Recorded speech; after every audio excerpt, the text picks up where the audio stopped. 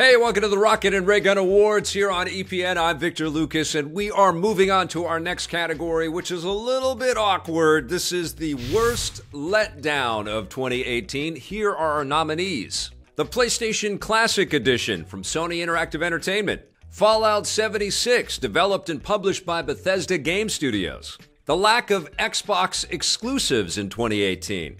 The news that PlayStation and other publishers have dropped out of E3 2019. And the abrupt and devastating closure of Telltale Games. Yeah, this is kind of a bummer category. It's tough to kind of get into some of this stuff, but the video game industry isn't all roses. There are some debacles and some things that kind of hurt the business and hurt us as fans of this business, and we're going to get into some of that. We're going to pick our winner right after we hear from the community.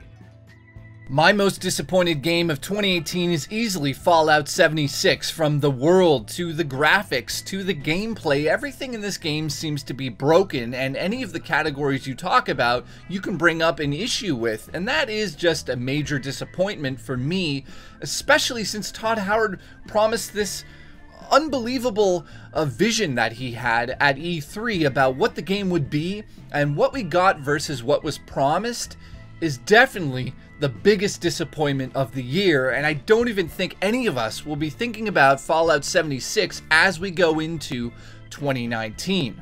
For me, the unfortunate award of most disappointing game of 2018 is going to be Fallout 76. I thought this game had a lot of potential when I first saw it at E3. I didn't think that them taking it online was going to be much of an issue, honestly, and I thought that might be fun and exciting way for them to reinvigorate the series a little bit. Unfortunately, it didn't really pay off. The game didn't really feel finished. It felt a little empty, and it left me wanting a lot more. I knew this was going to be my most disappointing game of the year at E3 when we saw Fallout 76. Even before it came out, even before we found out it was full of bugs and it wasn't much fun and looked like crap. A Fallout game to me is not a multiplayer game with no NPCs. That's not a Fallout game. Don't call this shit Fallout. I hope we can swear in this. The growth of people pulling out of events next year. Like everybody's saying, like, they're not doing this anymore. They're not going to be doing this anymore. It's like some of the bigger events of the year, getting to see everybody and talk about what's happening in the future, and the fact that some of these companies are just announced that they're not going to be doing things next year. It's like, you're not just going to shut down all your studios and everything, just back out. Stop making games. Go back to making table card games. Most disappointing game has got to go to Sea of Thieves, which is a really huge shame because it's by Rare and I used to like their stuff. But just like the vast sea you're exploring, it's completely barren, and the content is incredibly shallow, which is kind of ironic for a game that takes place on the ocean. And yeah, there might be some more content going into 2019, but as of right now, unfortunately, it's my most disappointing game of 2018. Sorry, Rare. Sea of Thieves. I had such high hopes that me and my friends were going to loot people and sink ships. We did that in the first 5 minutes. Then we were looking for more things to do. I thought the gameplay was very shallow. The servers weren't working well to begin with. I know they patched it. They've updated it. Maybe I might have to go back and revisit it. But right now, I was really let down by the game overall. I'm going to bend the rules a little bit here. I'm going to go with the Nintendo Online service. Even though it's $20, the online service that you get is pretty limited, especially considering Nintendo had all of the time and chance in the world to copy all of the best stuff from Xbox Live and PlayStation Online. I think the biggest disappointment of 2019 was Telltale Games. The fact that they closed, seemingly out of the blue. Like, we knew they were in trouble, we knew they had restructured, we knew they were honing in their focus, great, but then they seem to be on track, right? We're doing the final season of The Walking Dead, we're gonna finish Clementine's story.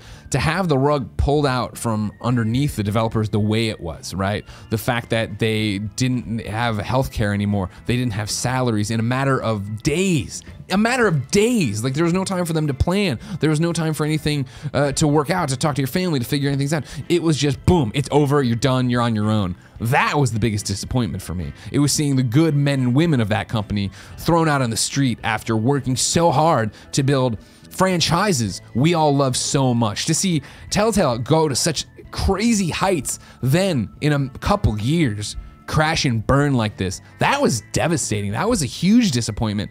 Thank you to everyone for weathering that difficult topic. Nobody likes to really focus on bad news too much, but sometimes it's important to have a discussion about this. Let's break down the nominees that we put down. The PlayStation Classic Edition, I don't know what Sony did here with this, but I had warning signs the minute that I saw that didn't have dual analog thumbsticks for the controllers. But the fact that they also threw in PAL versions of some games so that timing was affected, like Tekken 3, is just unbelievable.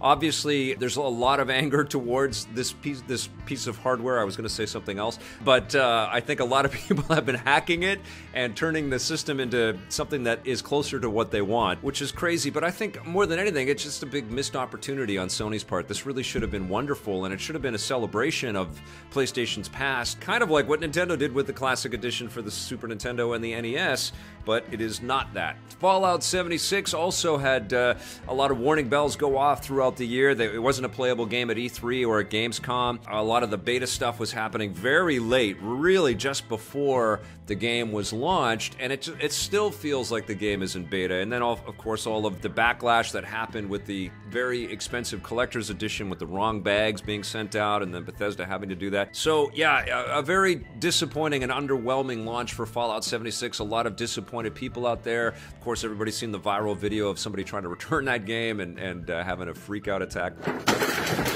Don't do that. That's totally not cool. But hopefully, as we all know, games are live now and they're constantly updated, so hopefully Bethesda is appeasing a lot of those customers and making Fallout 76 a better game, a cooler experience as time goes on. The lack of Xbox exclusives is a big deal in 2018. We expect a lot more out of Xbox. Now, the flip on this is that at E3 this year, Microsoft announced a whole bunch of new studios that they've acquired, which is excellent, and there's even newer announcements like Obsidian is coming into the fold. So now we can expect a lot more first-party output that's really going to impress us from Xbox. But still, in 2018, that was absolutely a disappointing thing. PlayStation dropping out of E3 2019 is also incredibly disappointing. I've been to every E3, and PlayStation has been there at every E3. The first PlayStation party before the machine had launched in 1995, where Michael Jackson was at. That was a seminal moment for me in my life and in my career. It really kind of underlined that I was on a great career path to be at a party that Michael Jackson was just hanging out at, playing video games. I've always had an incredible time observing what PlayStation is doing at E3. And I for one, feel that,